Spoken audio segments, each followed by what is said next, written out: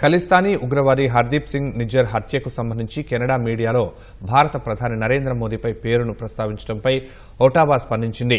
Canada మీడియాలో వచ్చిన వార్తలు అవాస్తవమని జస్టిస్ ట్రూడో ప్రభుత్వం స్పష్టత ఇచ్చింది. కెనడాకు చెందిన ది గ్లోబ్ అండ్ మెయిల్ వార్తాపత్రికలో ఇటీవల నిజ్జర్ హత్య గురించి ఒక కథనం ప్రచురితమైంది.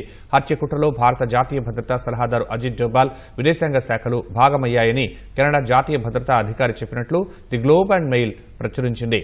ఏకంగా మోదీ పేరును ఇందులో ప్రస్తావించింది. ఆ వార్తలపై తీవ్రంగా మండిపడ్డ భారత్ దుష్ప్రచారాలు ఇప్పటికే దెబ్బతిన్న సంబంధాలను మరింత దిగజారుస్తాయని హెచ్చరించింది.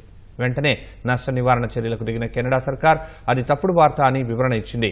భారత ఏజెంట్లు కెనడాలో పాల్పడుతున్న నేరాలకు సంబంధించి కెనడియన్ పోలీసులు బహిరంగ ప్రకటన చేయడం అసాధారణమైన చర్యగా ట్రూడో ఇంటెలిజెన్స్ సలహాదారు నతాలీ జీ డ్రైన్ ప్రకటన విడుదల చేశారు. నిజ్జర్ హత్య కుట్రలో మోదీ, జైశంకర్, అజిత్ డోబాల్కు సంబంధం ఉన్నట్లు కెనడా ప్రభుత్వం ఎప్పుడూ చెప్పలేదని నతాలీ జీ డ్రైన్ స్పష్టం చేశారు.